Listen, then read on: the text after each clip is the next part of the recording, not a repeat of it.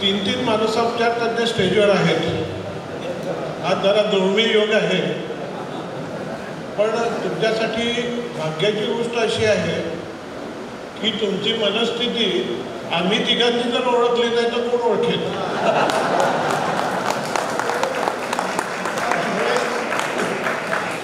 त्यामुळे आम्ही तुमची भूक कडेलोटाला जाण्याच्या आधी थांबवू याची खात्री बाळगा.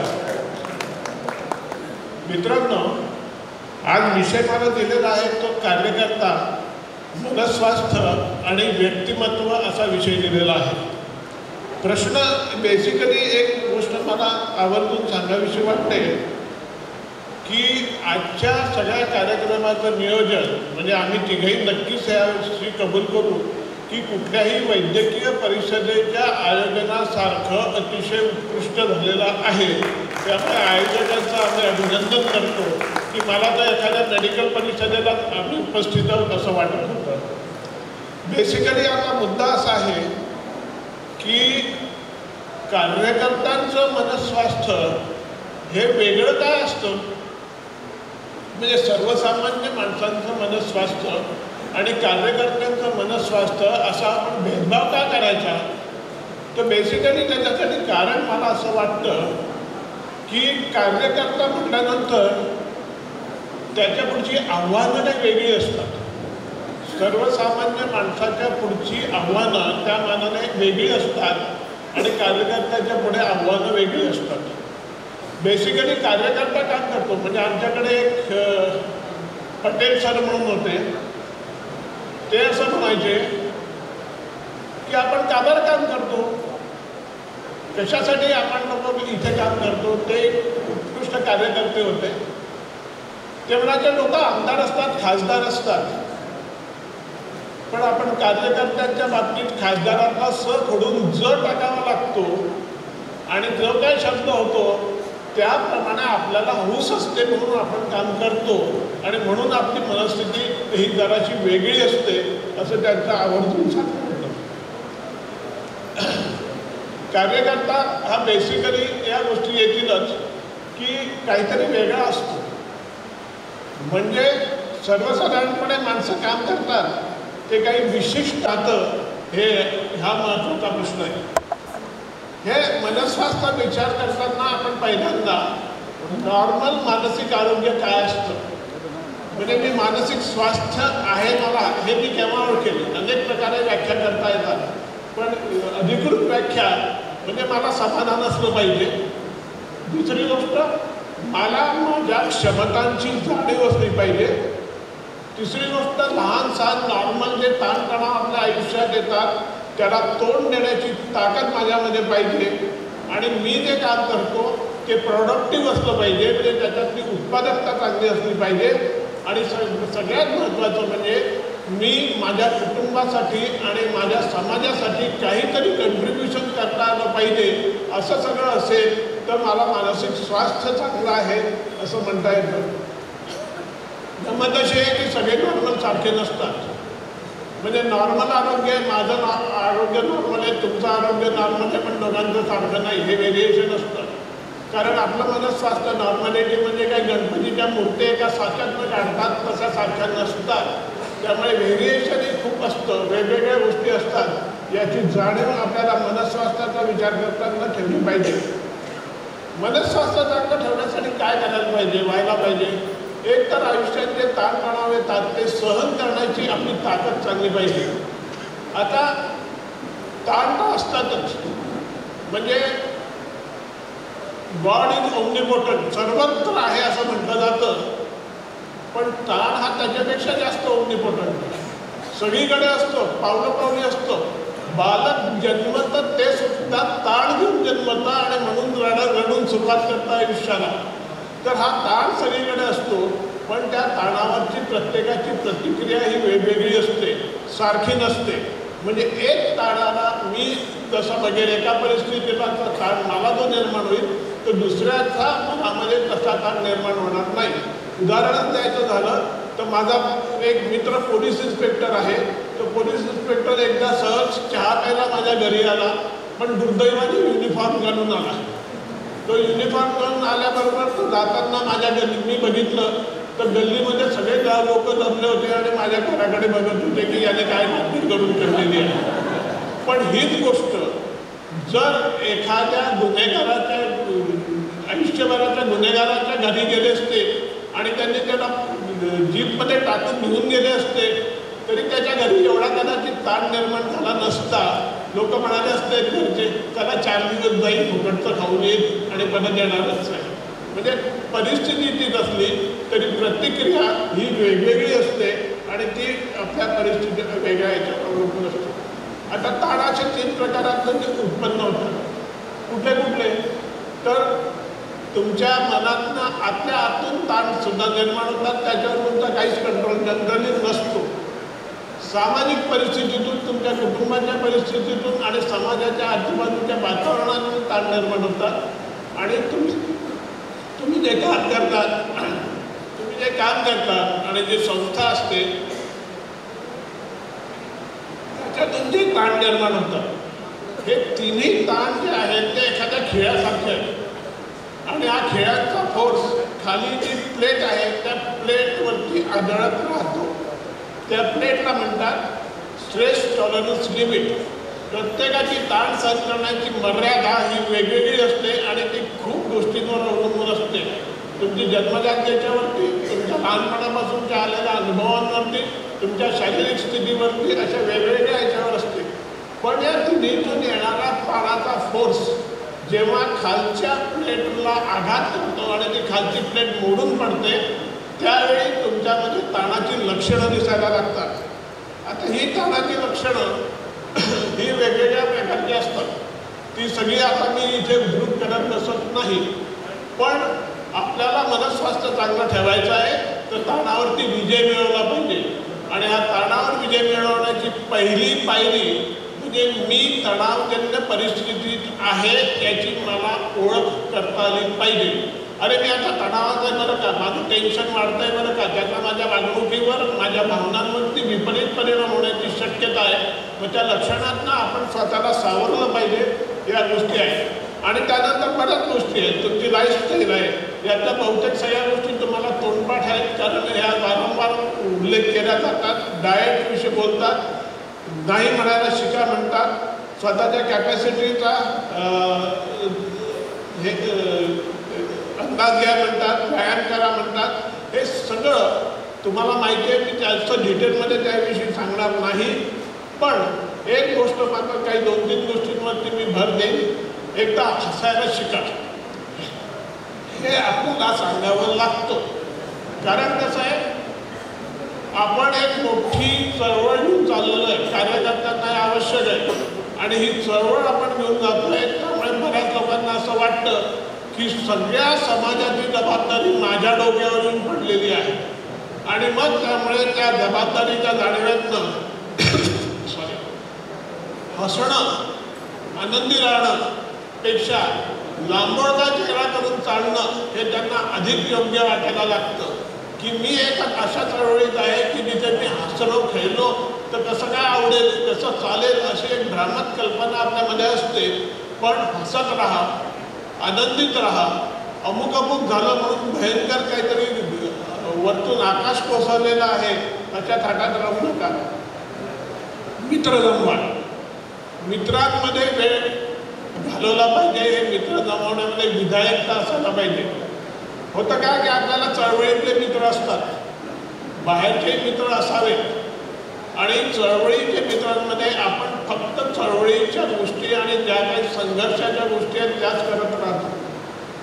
माझा असा आग्रह आहे की मित्र जमवा आणि ज्याला इतर लोक कुचाळण्या करतात तसा कुचाळण्यासुद्धा थोडा करत चला, गमती जमती करत चला. अशा गोष्टी केल्याशिवाय तुमच्या मनाचे ताण कमी होणार नाहीत हे लक्षात ठेवा. सतत गंभीर गोष्टी वावरत राहणं हे उगीच ताण वाढवण्याचं लक्षण. मन मोकळं करायला खांदा शोधा. एक तरी खांदा तुमच्यापाशी असा पाहिजे की माझ्या मनातल्या भावना मी त्या खांद्यावर डोकं ठेवून मोकळेपणाने व्यक्त करेन. ह्या मनातल्या भावना व्यक्त करायच्या म्हणजे काय आहे, आपल्याला भावना आहे. साहेबाने आपल्याला झापलं साहेब उगीच आपल्या चुका काढून आपल्याला नावं ठेवतोय तर मला राग येणारच आहे. मला मनात तर खरोखर असं वाटतं की आज साहेबाला 4 शिव्या द्यायला पाहिजे होते, पण आपण देऊ शकत नाही.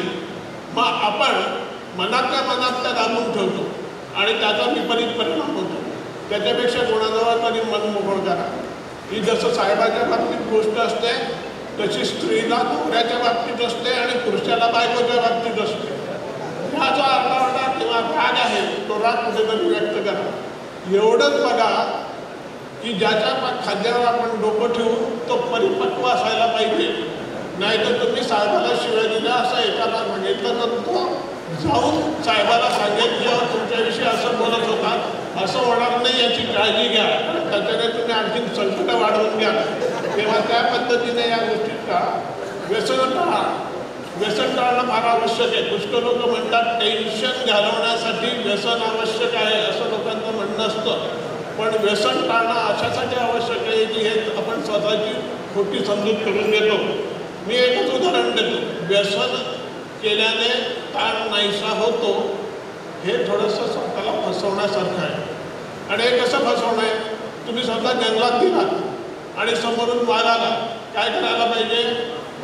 बंदूक असेल, ताकद असेल तर वाघाला मारा, नसेल तर जीव घेऊन पळा आणि वाघाच्या ह्याच्यातून सुटका करा. आणखीन एक उपाय आहे, डोळे मिटून घ्या, वाघ नाही सावतो. पण तर खरं आहे का? नाही. व्यसन करून टेन्शन कमी करणं म्हणजे वाघासमोर डोळे मिटून घेणं हा प्रकार आहे. काही फरक पडत नाही, उलट आपण वाघाला सहजगत्या बळी जातो. म्हणून टेन्शन घालवण्यासाठी व्यसन हा उपाय नाही हे लक्षात ठेवा. आपल्याला सतत सल्ला दिला जातो की सकारात्मक विचार ठेवा, सकारात्मक विचार ठेवा, नकारात्मक विचार ठेवू नका. पण नकारात्मक विचारांना आपण काय निमंत्रण देत असतो? नकारात्मक विचार येतात, आपोआप येतात, आपल्याला हौस नसते. आणि सकारात्मक विचार आणायचे कसे हा पुन्हा आपल्यापुढे असा काय प्रश्न असतो की आपण ते सकारात्मक विचार पकडून घेऊन येऊ शकतो का? ही आपल्याला सवय लावली पाहिजे. कसं आहे माहिती आहे का? आम्ही असा सल्ला देतो की रोज रात्री झोपताना आपल्या आयुष्यात आज काय चांगलं झालेलं आहे हे शोधायचा प्रयत्न करा. आणि बहुतेक जण उत्तरं देतात माझ्या आयुष्यात आज काहीच चांगलं झालेलं नाही. अशा वेळी त्याला जर आपण विचार केला लावला आणि त्याला शिकवलं, आज सकाळी उठल्यावरती चहा चांगला झाला होता ना, तुझ्या आवडीचा झाला होता की फक्कड झाला होता ना? हो झाला. मग हा चांगली गोष्ट झाली नाही तेव्हा. आज दिवसा फिरताना तुला तुझ्या आवडीची व्यक्ती दिसली, भेटली, हे चांगली गोष्ट झाली नाही का? हो चांगली झाली. अशा रीतीने रोज निदान 3 गोष्टी तरी शोधा की काय काय आपल्या आयुष्यात घडले, आज आयुष्यात घडलेलं आहे. आणि अशी एकदा सवय आपण लावायला लागलो की मग आपल्या लक्षात येईल की आपल्याला ऑटोमॅटिक चांगले विचार हे आपल्या ह्याच्यात यायला लागतील. दुसरी गोष्ट सकारात्मक विचारांसाठी आवश्यक आहे ती प्रेझेंट्समध्ये राहा. वर्तमान काळात जगा, भूतकाळ आणि भविष्य काळात जगू नका. वर्तमान काळात जितकं चांगलं जगा तितका भविष्य काळ सुंदर होईल हे लक्षात ठेवा. दुसरी गोष्ट अशी आहे की पुष्कळदा आपल्याला सेल्फ टॉक असतात. आपण आपल्या मनाशी काहीतरी बोलत राहतो. काहीतरी हे जे बोलणं आहे ना ते पॉझिटिव्ह असायला पाहिजे, याच्याकडे लक्ष द्या. आणि हे पॉझिटिव्ह गोष्ट ज्यावेळी येते ती स्वीकारा. पण आपल्याला काय आहे की आपल्या स्वभावाप्रमाणे आपल्याला नकारात्मक विचार येत राहतात. हे जेव्हा नकारात्मक विचार येतात त्यावेळी त्यांच्याशी झगडा. त्यांना म्हणा की हे माझ्या मनात विचार येतोय, तो चुकीचा विचार येतोय आणि म्हणून मी ते बदलायला तो कसा चुकीचा आहे हे स्वतःला पटवून द्यायची प्रॅक्टिस करा. हे अशा पद्धतीने तुम्ही नकारात्मक विचारांशी लढत गेलात तर ऑटोमॅटिक तुम्हाला सकारात्मक विचार यायला लागतील. याच्यामध्ये आणखी मनस्वास्थ्य चांगलं ठेवायचं असेल तर इमोशनल इंटेलिजन्स हा प्रकार आवश्यक आहे. कार्यकर्त्यांना तरी फार आवश्यक आहे. म्हणजे काय तर समोरच्या व्यक्तीच्या भावना मला ओळखता आल्या पाहिजे, समोरच्या व्यक्तीच्या भावनांचा मला आदर करता आला पाहिजे, समोरच्या व्यक्तीच्या विचारांचाही मला आदर करता आला पाहिजे. मग ते विचार माझ्या विरोधातले असले तरी सुद्धा मी त्याचा आदर करून त्याच्याशी वागता मला आलं पाहिजे. व्यक्तिमत्वाविषयी बोलायचं म्हणजे कोणतं व्यक्तिमत्व चांगलं आहे? देवानंदचं चांगलं आहे का महात्मा गांधींचं चांगलं आहे? शाळेत जातात त्यावेळी लोक म्हणतात महात्मा गांधींचं चांगलं आहे, म्हणून शिक्षक तुम्हाला तिथे बघताय म्हणून तुम्ही महात्मा गांधींचं चांगलं. पण व्यक्तिमत्व दोघांचं चांगलं असलं तरी वेगवेगळ्या छटा आहेत. व्यक्तिमत्वाचे 4 प्रकार आहेत: शारीरिक, बौद्धिक, कलात्मक आणि नैतिक. तर या सगळ्या दृष्टिकोनातून आपलं व्यक्तिमत्व कसं सुधारता येईल याचा आपण विचार केला पाहिजे. पण सगळ्यात प्रभावी व्यक्तिमत्व हे नैतिकतेवर आधारित आहे. कारण देवानंद किती सुंदर असला, त्याच्यात कला कितीही चांगली असली तरीसुद्धा महात्मा गांधींना सगळं जग मानतं, देवानंद तसं सगळं जग मानत नाही. त्याच्या कलेचं कौतुक होईल, ते सुद्धा आता जसजसे दिवस जातात तसतसे कमी होत जातात. पण महात्मा गांधींचा प्रभाव अजूनही लोकांवरती आहे. याला कारण केवळ नैतिकता त्यांच्यापाशी प्रचंड होती. म्हणून व्यक्तिमत्वाच्या बाबतीत विचार करताना हे आपण लक्षात ठेवलं पाहिजे. व्यक्तिमत्वामध्ये आजकाल पर्सनॅलिटी डेव्हलपमेंटचे अनेक कोर्सेस निघालेले आहेत आणि या पर्सनॅलिटी डेव्हलपमेंटमध्ये बहुतेक कोर्सेस जे असतात ते साधारणतः कॉर्पोरेट क्षेत्रातले असतात. पण कॉर्पोरेट क्षेत्रातले जे व्यक्तिमत्व असतात जे कोर्सेस असतात त्यांचा उद्देश वेगळा असतो. त्यांचा उद्देश इतरांवरती इम्प्रेशन पाडून स्वतःचा फायदा जास्तीत जास्त कसा करता येईल हा त्यांचा उद्देश असतो. आपल्या चळवळीतल्या माणसाचा उद्देश तो नाही. आपल्या चळवळीतल्या कार्यकर्त्यांचा उद्देश मत परिवर्तन करावे हा आहे, काही फायदा मिळावा हा हेतू नाही. त्यामुळे कॉर्पोरेट क्षेत्रातले पर्सनॅलिटी डेव्हलपमेंटचे कोर्सेस आपल्या उपयोगाचे नाहीत, हे लक्षात ठेवा. संस्थेचे कार्यकर्ता जेव्हा आपण संस्थेत काम करतो त्यावेळी कार्यकर्त्यांनी बघायला पाहिजे की एक सर्वसामान्य ध्येय असायला पाहिजे, ध्येय गाठण्यासाठी वेळ द्यायला पाहिजे आणि संस्थेशी आपली बांधिलकी जी आहे ती भावनिक आणि बौद्धिक अशी 2 प्रकारची असते. आपल्या संस्थेशी बांधिलकी भावनिक कशी असते याचं दर्शन तुम्हाला सकाळच्या क्षेत्रामध्ये भरपूर झालेलं आहे. आपले कार्यकर्ते भावनिक झालेले आहेत हे तुमच्या लक्षात आलेलं आहे. त्यामुळे या गोष्टी लक्षात ठेवा. वैयक्तिक शिस्त, नियमितपणा, जबाबदारी, वेळेत पार पाडणं, दिलेला शब्द पाळणं, स्वतःच्या गुणदोषांचे भान ठेवणं, साधेपणा राखणं आणि इतरांच्या मताचा आदर करणं या गोष्टींकडे लक्ष दिलं पाहिजे. प्रसिद्धीची हाव, एककल्लेपणा, उथळ उत्सवप्रियता आणि यशाचा गर्व आणि आळशीपणा आपल्या कार्यकर्त्यांमध्ये नको. कुटुंबाच्या जबाबदारीविषयी सकाळी बरेच जण बोललेले आहेत. नंतर सेल्फ ॲक्च्युअलायझेशनविषयी डोंगरे सर बोलणार आहेत. त्यामुळे मी आता इथे थांबतो.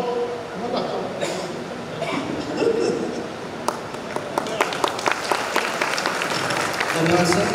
यानंतर आपल्याशी संवाद साधण्यासाठी मी विनंती करतो अनिल डोंगरे सर यांना.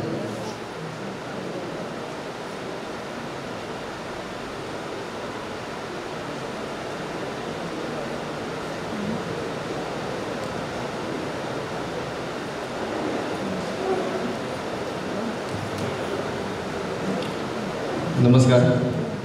प्रदीप जोशी सरांनी कार्यकर्त्याच्या मानसस्वास्थ्याबद्दल खूप छान विवेचन केलं. त्याच्या पुढला जो आपल्या चर्चेचा पुढला सेकंड हाफ आहे, सेकंड हाफ किंवा थर्ड हाफ म्हणून का त्याच्यानंतर प्रदीप पाटकर सर बोलणार आहे, तो माझा बोलण्याचा टॉपिक आहे समाज स्वास्थ्य. कारण म्हणजे समाज स्वास्थ्य म्हटल्यानंतर आपल्याला रघुनाथराव कर्वे यांच्या समाज स्वास्थ्य या मासिकाची आठवण म्हणून साहजिक आहे. काही वर्षापूर्वी अतुल पेठेंनी समाज स्वास्थ्य नावाचं नाटक खूप छान रंगमंचावर आणलं होतं. त्या समाज स्वास्थ्याचा विषय जरी वेगळा असला, समाजाची लैंगिकता आणि त्याच्यातून होणारं स्वास्थ्य हा विषय जरी असला तरी आजचा आपला समाज स्वास्थ्याचा विषय थोडा वेगळा आहे. तो म्हणजे समाजाचं मानसिक स्वास्थ्य किंवा मानसिक आजाराच्या दृष्टीने असणारं समाजाचं स्वास्थ्य हा आपल्याला चर्चेचा विषय आहे. आणि एकंदरीतच समाजाचं स्वास्थ्य म्हटल्यानंतर काय काय आपल्याला अभिप्रेत आहे हे आपण थोडक्यात बघूया. स्वास्थ्य किंवा हेल्थ याची जागतिक आरोग्य संघटनेने केलेली व्याख्या अशी आहे की health is a state of complete physical, emotional, social and spiritual well-being and not merely absence of disease. फक्त आजाराचा अभाव म्हणजे आरोग्य नाही असं त्याच्यात अभिप्रेत केलेलं आहे. याच्याबद्दल आपण थोडं पुढच्या चर्चेत पाहणारच आहोत. शारीरिक आणि मानसिक आरोग्य एकमेकांना पूरक असतं. समाज स्वास्थ्य म्हटल्यानंतर त्याच्यात शारीरिक आरोग्याचाही अंतर्भाव आहेच, पण शारीरिक आरोग्य हा आजचा आपल्या चर्चेचा विषय नाही. जरी आरोग्यपूर्ण जीवनशैली ही मानसिक आणि शारीरिक दोन्ही आरोग्यांना आवश्यकच असते, पण शारीरिक आरोग्य हा आपल्या चर्चेचा आजचा तरी विषय नाही. आता आपण समाज स्वास्थ्य किंवा समाजाचं मानसिक आरोग्य ह्याच्याबद्दल जेव्हा पाहतो तेव्हा सध्याची स्थिती काय आहे हे आपण थोडक्यात बघूया. आम्ही तिन्ही मनोविकार तज्ज्ञ, मला वाटतं मी जर यांच्यापेक्षा ज्युनियर आहे, हे दोन्ही प्रदीप जोशी सर आणि प्रदीप पाटकर सर मला वाटतं जवळजवळ 40 वर्ष तरी प्रॅक्टिसमध्ये आहेत. तर तेव्हाची जी समाजातल्या मधली मनोविकारांच्या मधली जी स्थिती होती त्याच्यामध्ये बऱ्यापैकी बदल झाला आहे असं मला वाटतं.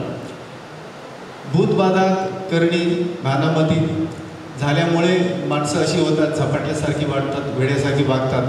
हे समज आता हळूहळू कमी होताना दिसत आहेत, विशेषतः शहरांमध्ये. पण ग्रामीण भागामध्ये मात्र हे समज अजूनही तसेच आहेत. अजूनही पहिलं मांत्रिकाकडे नेलं जातं आणि नंतर डॉक्टरकडे आणलं जातं, ही स्थिती अजूनही आहे. बऱ्याच वेळा आमच्या अनुभवाला असं येतं की मांत्रिकच आम्हाला फोन करतो आणि सांगतो की त्याचं जे काय झपटलेलं होतं ते आता मी बघितलेलं आहे, पुढचं आता तुम्ही बघा. अशा प्रकारचं अजूनही पाहायला मिळतं. म्हणजे मांत्रिक कुठेतरी डॉक्टरला कोऑपरेट करायला लागले असे चित्र काही वेळा पाहायला मिळतं. पण ग्रामीण भागामध्ये अजूनही जिथे सुविधा उपलब्धच नाहीत तिथे लोकांना भक्ताकडे जाण्याशिवाय मग इलाज उरत नाही अशी स्थिती अजूनही आहे. आता मुख्य जे मोठे आजार आहेत म्हणजे ज्याला मी स्किझोफ्रेनिया म्हणतो, डिप्रेशन म्हणतो, बायपोलर डिसऑर्डर म्हणतो, याबद्दलची जाणीव बऱ्यापैकी व्हायला लागलेली आहे. परंतु लहान मुलांच्या ज्या काही कंडिशन्स आहेत त्याच्याबद्दल अजूनही फार मोठ्या प्रमाणावर अज्ञान पाहायला मिळतं. म्हणजे लर्निंग डिसॅबिलिटीज किंवा अध्ययन अक्षमता ज्याला म्हणतात. काही वर्षापूर्वी तारे जमी पर हा चित्रपट आला होता, त्याच्यामध्ये अध्ययन अक्षमता किंवा लर्निंग डिसॅबिलिटीबद्दल मांडलं गेलं होतं. पण अजूनही सुशिक्षित लोकांनासुद्धा लर्निंग डिसॅबिलिटीबद्दल माहिती नाही. दुर्दैवाने बऱ्याचशा प्राथमिक शिक्षकांनाही हे माहिती नाही की या प्रकारची काही कंडिशन असते आणि त्याच्यामुळे या प्रकारचे रुग्णांचं त्यांचं निदान होणं, उपचार होणं हे अजून दूरच राहिलेले आहे. दुसरी लहान मुलांची मधली कंडिशन म्हणजे हायपर ॲक्टिव्हिटी किंवा चंचलतेचा विकार. अतिशय व्रात्य मुलं जी असतात त्यांच्यामध्ये या प्रकारचा विकार असू शकतो, त्याला ADHD म्हणतात. आणि तिसरा जो विकार आहे ऑटिझम किंवा स्वमग्नता.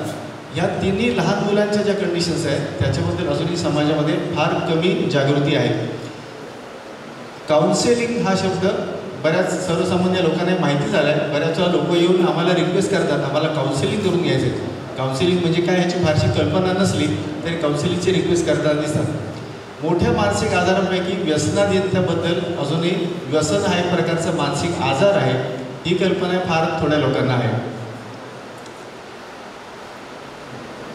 याबद्दल आपण बोललो की अजूनही मांत्रिकाकडे नेलं जातं आणि त्याच्यामुळे उपचारापर्यंतसाठी पोहोचेपर्यंत खूप वेळ गेलेला आहे. अजूनही गेल्या वर्षीपर्यंतसुद्धा मी असे पेशंट पाहिले होते की मांत्रिकाने हातावर जळता कापूर ठेवला आणि हाताला ₹1 आकाराएवढा मोठा फोड आला किंवा डोक्याला दाग दिले. अशा केसेस क्वचित पण पाहायला अजूनही मिळतात.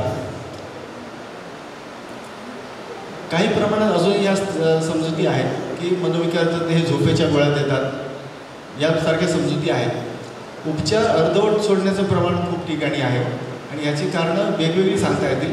भौगोलिक कारणं आहेत की जिथे जवळ डॉक्टरच उपलब्ध नाही किंवा तज्ज्ञ डॉक्टर अतिशय 100 किलोमीटर अंतरावर राहतो, त्याच्यामुळे उपचार चालू ठेवले जात नाहीत, उपचारामध्ये खंड पडतो.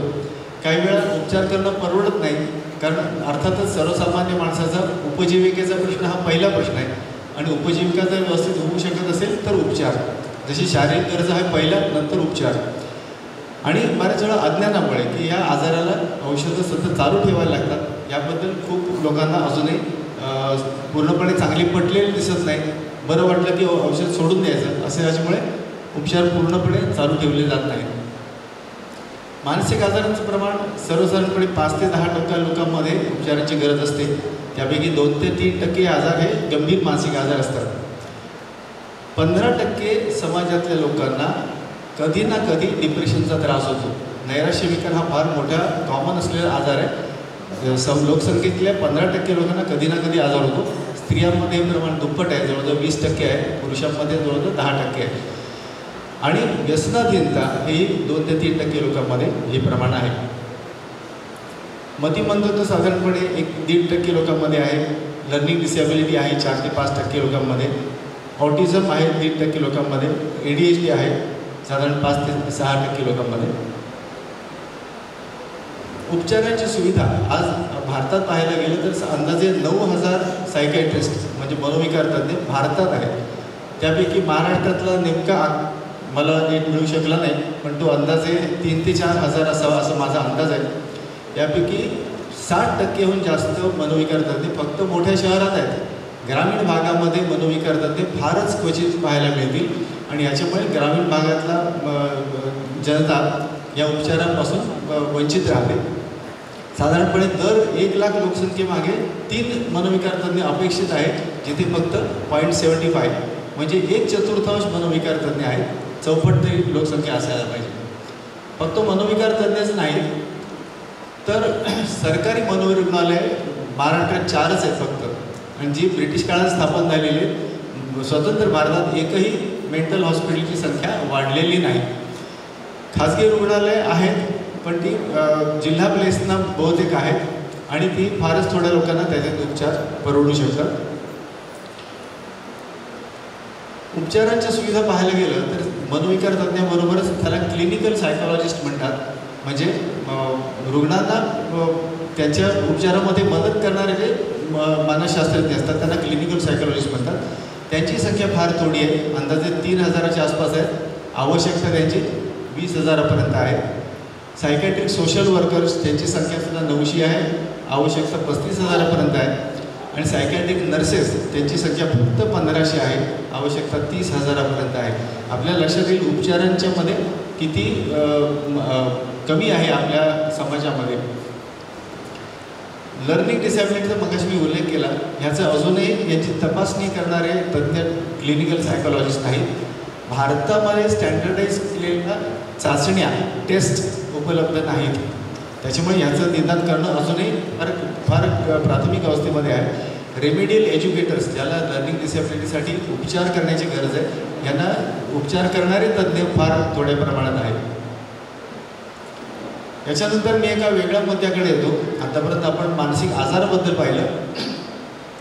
फक्त आजाराचा अभाव म्हणजे आरोग्य, तर माणसाच्या मानसिक आणि शारीरिक क्षमतांचा विकास हे सुद्धा मानसिक आरोग्यामध्ये अंतर्भूत केलेलं असलं पाहिजे. अब्राहम मास्लो नावाच्या माणसाने ही संकल्पना मांडली. त्यांनी सेल्फ ॲक्च्युअलायझेशन किंवा ज्याला आत्माविष्कार म्हणता येईल की स्वतःच्या क्षमतांचा पूर्णपणे विकास करणं म्हणजे मानसिक आरोग्य, ही संकल्पना त्यांनी मांडली. त्याच्यामुळे आपल्या मानसिक आजाराच्या मुक्तीबरोबरच आपल्या क्षमता त्याच्यामध्ये कला येतील, संगीत, चित्रकला, साहित्य, खेळ इत्यादी कला येतील, यांचा विकास करणं ही तेच आरोग्यासाठी आवश्यक आहे अशी त्यांनी कल्पना मांडली. याच्यानंतर एका वेगळ्या मुद्द्याकडे मला हे दाखवायचे. हे अब्राहम मास्लोने ह्या संकल्पना मांडल्या की सर्वात प्राथमिक गरजा कोणत्या असतात, की त्या म्हणजे जीवशास्त्रीय गरजा असतात. भूक, तहान या गरजा असतात. लैंगिकता ही गरज असते. त्याच्यानंतर सेफ्टी, सुरक्षितता ही गरज आहे.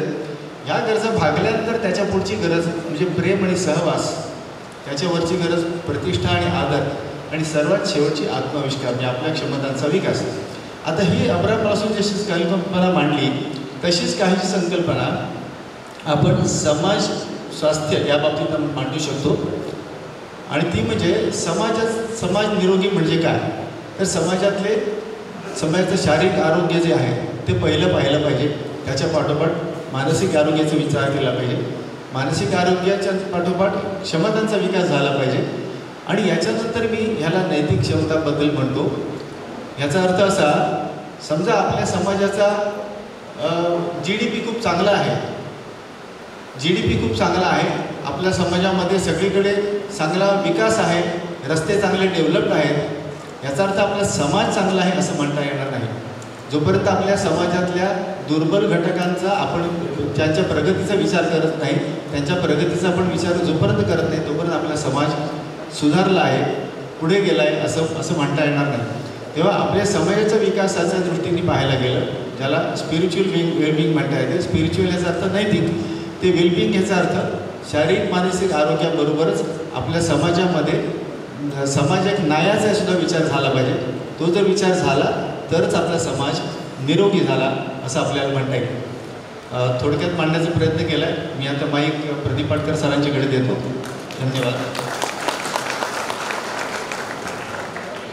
धन्यवाद सर. यानंतर मी पाटकर सरांना विनंती करतो त्यांनी आमच्याशी संवाद साधा.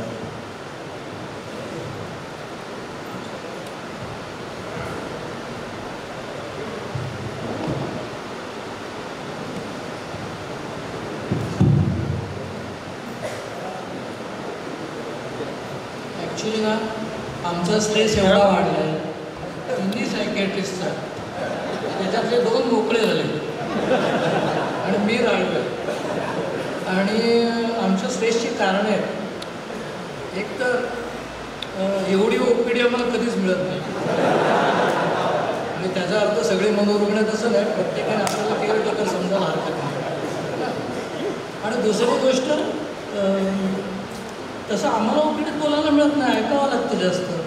आता आमचं कोणीतरी ऐकणारे एवढे मिळाले आणि वेळच कमी करून टाकला, तो स्ट्रेस खूप देतो ॲक्च्युली. म्हणजे कसं आहे की तुम्ही आता जेवायला जाणार पण आमचा तुमचा घास काढून हे नको आहे, म्हणून मग असं वाटतं. बरं, दुसरी गोष्ट अशी की आता माझं वय 70 झालं, त्यामुळे तशी उशिरा जेवायची सवय झाली. मला काय 3:30 पर्यंत भूक लागत नाही, आणि मग आपला केवळ जेवणासाठी जायचं वगैरे किंवा फारसं झेपत नाही. तरी पण काही गोष्टी महत्त्वाच्या असतात म्हणून मी ते सांगतो. कारण 35 वर्षाच्या चळवळीबरोबर मी 70 वर्षाचा म्हातारा बोलतोय, ते मला विचारपूर्वक सर्व बोलायला पाहिजे ना. म्हणून 89 पासून आपली चळवळ सुरू झाली, पण 86 पासून या चळवळीत मी होतो. त्या काळात जे काही प्रयत्न अंधश्रद्धेमध्ये चालले ते त्यात होतो, आणि त्यामुळे बऱ्याच तसा स्पॅन बघायला काही हरकत नाही याच्यात. पण सुरुवात जरा थोडी वेगळी करायची आहे मला, आणि मी जरा फास्ट बोलतोय कारण वाचीन मी जास्त, कारण नाही तर ते होणार नाही कंप्लीट. अंधारात पिचत जगणाऱ्या पददलितांच्या मनाला परिस्थितीच्या झंझावात टिकण्याचं बळ देणाऱ्या, जीवन नकोसं झालेलं असताना त्यांना एकत्र आणून संघटित करून जीवनाचं प्रयोजन देणाऱ्या, विवेकी धारणा, सहज सोपे शब्द, शीतल काव्य, नादमय संगीत, प्रेम आणि आधार याद्वारे पीडित जनमानसाचे सांत्वन करीत, दिशादर्शन देत भक्तिमार्गाकडे नेणाऱ्या संत वारकरी संप्रदायाच्या जन्म आणि कर्मभूमीत आज आपण जमलो आहोत. स्वतः बहिष्कृत जीवन जगून सुद्धा समाज आणि त्याचे मनस्वास्थ्य टिकावे यासाठी आईची ममता देणाऱ्या महान ज्ञानोबा माऊलींच्या पावनभूमीत आपण आज जमलो आहोत. मनस्वास्थ्य ते समाज स्वास्थ्य हा प्रवास प्रत्यक्षात आखून देणारी, जगून दाखवणारी, खऱ्या अर्थाने मानसमित्र आणि मानसतज्ञ असं काम केलेली त्या काळात 13व्या शतकात ही अशी माऊली आहे. ती केवढ्या लहान वयात हे सारं काम करून निरीच्छ मनाने समाधिस्थ झाली. हे आपण पाहत, ऐकत आणि जाणून घेत इथवर पोचलो आहोत. ही भेट म्हणून आपल्यासाठी अपूर्व सोहळा आहे. महाराष्ट्रानेच 35चं स्वागत मी छोटंसं मूल जन्मताना रांगताना पाहिलं आहे, आणि आज ते उत्तुंग वैश्विक झेप घेतं. 35 वर्षाचा हा तरुण समाजातील विवेक आणि अविवेक यांची छत्तीशी समजून घेत वाढत चालला. त्याने विवेक आणि मानवतावाद यांच्या जोडीने संसार सुरू केला, तो वाढवला. आणि गंमत अशी की नेत्यांची मनं जुळली नाही, तर मनातला उद्वेग सहन करीत काडीमोड घेऊन दुसरा संसारही यशस्वी उभा करून दाखवला.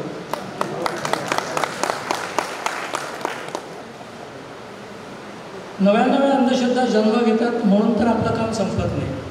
35 वर्ष आपण भेटतो, जीवनार्थ देणारं काम एकमेकांसोबत करत आहोत. आणि 2035पर्यंत भ्रमासोबत भूक, अंधश्रद्धा आणि भीतीशी झगडत राहणार आहे असं मला दिसतंय. प्रबोधन करता करता समाजातील शोषक, हिंसक आचार विचारांची झुंज द्यावीच लागेल. श्रम, निसर्ग, पर्यावरण यांची लूट थांबवावी लागेल. विषमता, सांस्कृतिक दहशतवाद आणि हिंसा याबरोबरची लढाई आपल्याला अशीच पुढे नेत राहावी लागेल. तुम्हाला इथे दिसतं आहे ना, म्हणून हा विषय आज महत्त्वाचा आहे. कारण ह्याच्यात समाज स्वास्थ्यच आपण जास्त बोलतो. आजच्या परिसंवादातले तरुण तडफदार शिलेदार आपण ऐकलेत आणि त्यावर आपापसात चर्चा करत आणि महत्त्वाचे मुद्दे घेतलेले. दुसरं एक छान झालं आहे असं, आणि ते मला राजकीय क्षेत्राने तो दिलासा.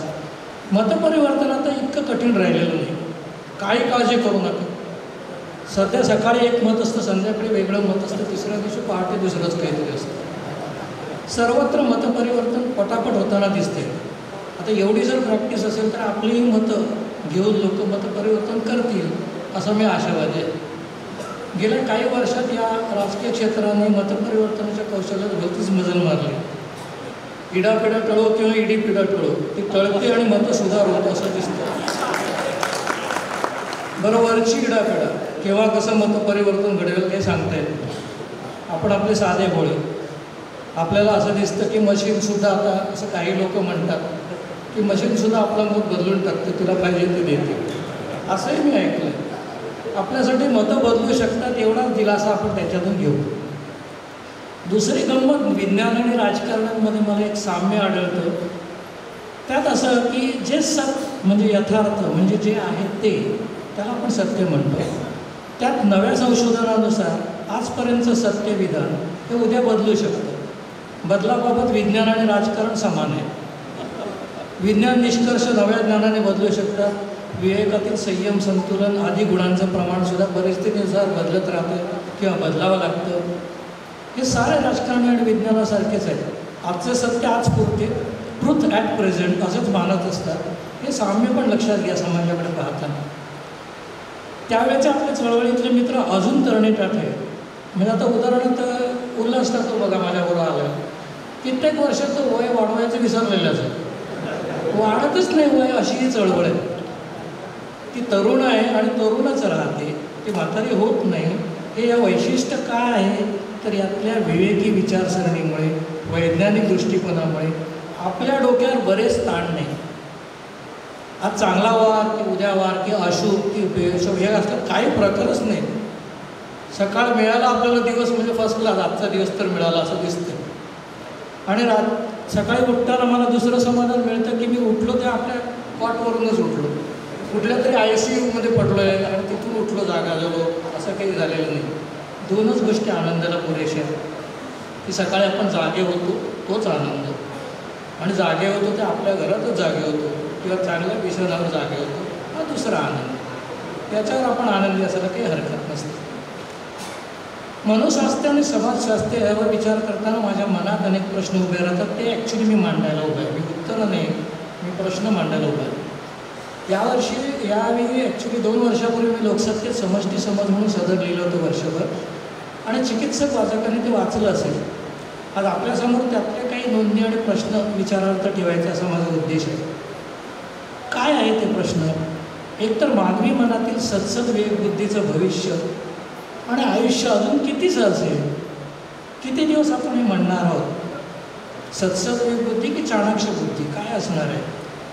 आणि ही जी चॅटबोट्स येत आहेत, कृत्रिम संवादक येत आहेत, काही दिवसांनी तुम्हाला कळणार नाही कोण तुमच्याशी बोलते फोनवर. तुम्हाला वाटेल आपण त्याच माणसाशी बोलते, पण तो चॅटबोट असू शकतो आणि त्याला विवेकाची जाण आणि संवेदनशीलता असेल असं मला वाटत नाही अजूनपर्यंत.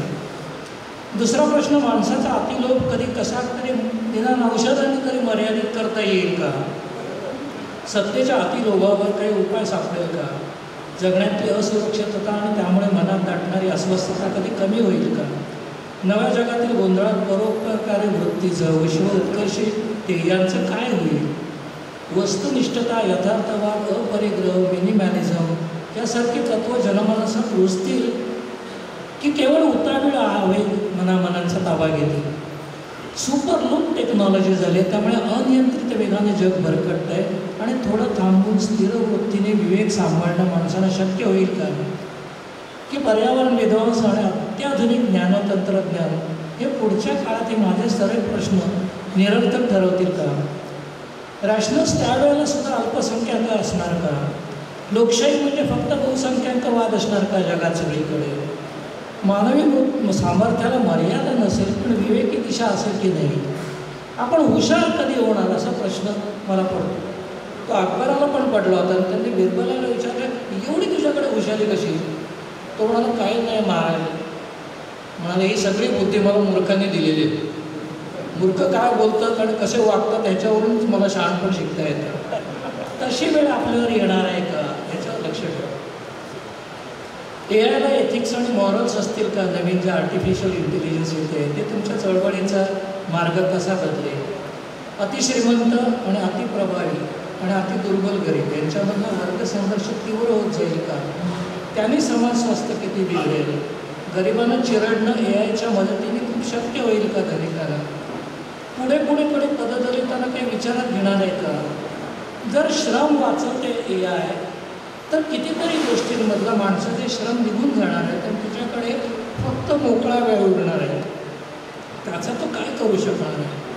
असे खूप प्रश्न मनाला अस्वस्थ करतात. आणि जगाचे व्यवहार चालवताना लोकशाही चालेल की ठोकशाही चालेल हे मला अजून कळत नाही आहे. ती हुकुमशाही AIची असेल की खरोखर राज्यकर्त्यांची असेल ते कळत नाही. आणि नवे तंत्रतांत्रिक या AIचा वापर करून श्रेष्ठी ठरतील का असं आपल्याला बघावं लागेल. विवेकाची प्रकृती तशी गेली अनेक वर्ष ढासळत आहे, खंगत आहे मानवतावाद, असं मला गेल्या 5-10 वर्षात वाटू लागलेलं. माणसाच्या अति उपभोगाला पृथ्वी अपुरी पडेल असं या वातावरणामुळे विस्थापित किंवा त्याला क्लायमेट रिफ्युजीज म्हणतात ते जमिनीवरून विस्थापित होतील. आणि उंच वाढणाऱ्या समुद्रामुळे, समुद्र पातळीमुळे आधीच पृथ्वी उरत नाही आहे जास्त, ती त्यांना सामावून कशी घेणार? या सगळ्यात माणसांचा भ्रमनिराश होणार आहे की संस्कृती संभ्रम वाढत जाणार आहे? हे असे अनेक प्रश्न समोर येतात आणि त्यामुळे माणूस त्यातलं तर नव्हे तर साधा रोजचा माणूससुद्धा खूप अस्वस्थ होतो आहे असं मला दिसून येतं. त्यामुळे आपल्याला पूर्वी स्वघोषित कृतार्थतेने आपल्या मनाचं आपण समाधान करत होतो.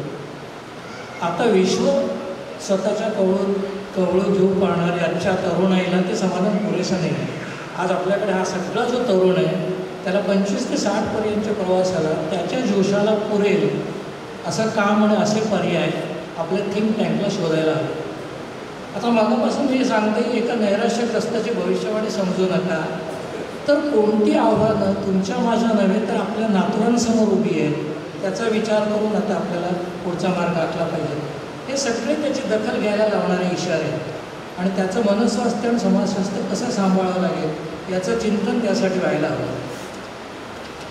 विश्वाला तुमच्या इच्छांशी काडीमात्र देणं घेणं नाही, हे कडवट सत्य आपण स्वीकारलेलं बरं. त्यामुळे आत्मा, भूत, दैवी संकेत वगैरे या कल्पनांवर विश्वास ठेवीत माणसं जगाच्या जगण्याविषयी कल्पना करतात आणि जेवढी कल्पना समुद्ध तेवढ्या स्वप्रतिमा आणि बाह्यजगांच्या परस्पर संबंधांविषयी अज्ञान आणि त्याच्यामुळे अवैज्ञानिक कल्पनांची संख्या वाढत जाते. आपल्यासाठी आणि आपल्या भोवती जग फिरते, गोड गोडसूट आपल्या मनातून सुद्धा दूर होत नाही. तोवर या सगळ्या अंधश्रद्धा राहणार आहे असं वाटतं. विज्ञानाच्या शोधानं लागणारा विलंब, विज्ञान अधिकाधिक खर्चिक होते ते आणि विज्ञान स्वीकारायला होत असलेला नवा जुना पुनरुज्जीवनवाद या सगळ्याचा विरोध हे सगळं मानवी मनाला महागात पडत चाललेलं आहे. महाअनिस आता पुढे कसं दिसेल त्याच्याकडे मी एकदा पाहतो. 2035पर्यंत, मी 2030पर्यंत म्हणत होतो पूर्वी, आता 35 म्हणतोय. महाअनिस कशी असू शकेल त्याच्यात माझ्या मनातलं स्वरूप काय आहे? तर समाजातील अनिसविषयक सर्व गैरसमज दूर झालेले असते, लोकांना अनिस अतिशय उपयुक्त वाटत असेल, रोजच्या व्यवहारात त्यांना मदत घ्यावी असं वाटत असेल, आपल्या कृतीशील उपक्रमांचा समावेश आता प्रशासनात होईल, आरोग्यविषयक प्रश्नांमध्ये आपण एक मार्गदर्शक संघटना म्हणून स्थान मिळवू, त्याच्यात मानसमित्रांचे आणि मानसमित्रांचं मंडळ मी गंभीरपणे लक्षात घ्या असं सांगते की या उपक्रमात केवळ अनिस कार्यकर्ते नव्हे तर इतरही समाज हितचिंतक समाविष्ट करून घ्यायला हवेत. त्यांची त्वरित मदत आपल्याला घ्यायला पाहिजे. जागृत ग्राहक चळवळीत आपण उतरायला हवं. धर्म, जात, देवविषयक सर्व जो शोषणाचा विरोध करते त्यात आपली भूमिका लोकप्रिय होईल इतकी छान आहे, समाजापर्यंत ते पोचण्यासाठी आपण खूप प्रयत्न केले पाहिजे. 90-95ला मी हे बोलत होतो तेव्हा ती दिवा स्वप्न वाटत होती, पण आत्ता मला असं दिसून येतं आहे की खूप फास्ट प्रमाणात आपण ते यश मिळवत चाललं आहे. 35पर्यंत याच्यात बरेचशा गोष्टी व्यवहार सिद्ध होतील असा मला विश्वास आहे. शेवटी आपण सर्वांच्या मनस्वास्थ्याविषयी थोडंसं बोलायचं आहे. त्याने आपल्याला मुख्य मुद्दे सांगितले. आपलं काम जिकिरीचं आहे, थकवणार आहे. 35 ते 50मध्ये वर्क लाईफ बॅलन्स बिघडू शकतो आणि माणसं बर्नआउट होऊ शकतात. बर्नआउटच्या इशाऱ्यांकडे लक्ष द्या. घरी विनाकारण चिडचिड होते, आक्रमकता सुरू झाली मनात, थकवा येतो आहे, कंटाळा येतो आहे, काम पुढे ढकलत आहे, कामचुकारपणा करत आहे, अंगदुखी होतं आहे, बोलताना संदर्भ तुटत चालले आहेत, एकंदरीत इंटरेस्ट कमी होतो आहे, सतत दुसऱ्यांना दोष देण्याकडे प्रवृत्ती वाढते आहे, भयगंड, न्यूनगंड आणि निराशावाद यामुळे सतत निगेटिव्ह बोलणं होतं आहे. हे सारे डिप्रेशन नव्हे, डिप्रेशनच्या आधीचे इशारे आहेत. आणि त्यामुळे ते बर्नआउटच्या प्रोसेसमध्ये आपण जातो आहे का, आपल्याला काम नकोसं वाटते का, याकडे बारकाईने लक्ष ठेवा. सहवेदना आणि अतिसहानुभूती टाळा, त्यानं थकवा येतो. अति धाडसं करू नका. शहीद मनोवृत्ती आत्मघाताकडे नेऊ शकते हे लक्षात घ्या. हेच आणि असंच व्हायला पाहिजे असा दुराग्रह टाळा. माणसं चुकतात ते शांतपणे समजून घ्या. माणूस हा स्खलनशील प्राणी आहे, त्यामुळे त्याच्याबद्दल चुकला तरी आपुलकी आणि जिव्हाळा टिकायला हवा. जीवन अस्थिर, अनिश्चित आणि अनपेक्षित आहे. पृथ्वी फिरते आणि त्यामुळे ती तुम्हाला स्थिर होऊ देणार नाही. विवेक, वाद आणि कार्यकारण भाव हा आपल्या त्या मनाच्या स्थिरतेसाठी खूप जरुरीचा आहे. हे एवढं तुमच्याशी बोलायचं होतं, जरा विस्तृत बोलायचं होतं, पण सत्तरी ती संधी मला दिल्याबद्दल तुम्हा सर्वांचे आभार. धन्यवाद.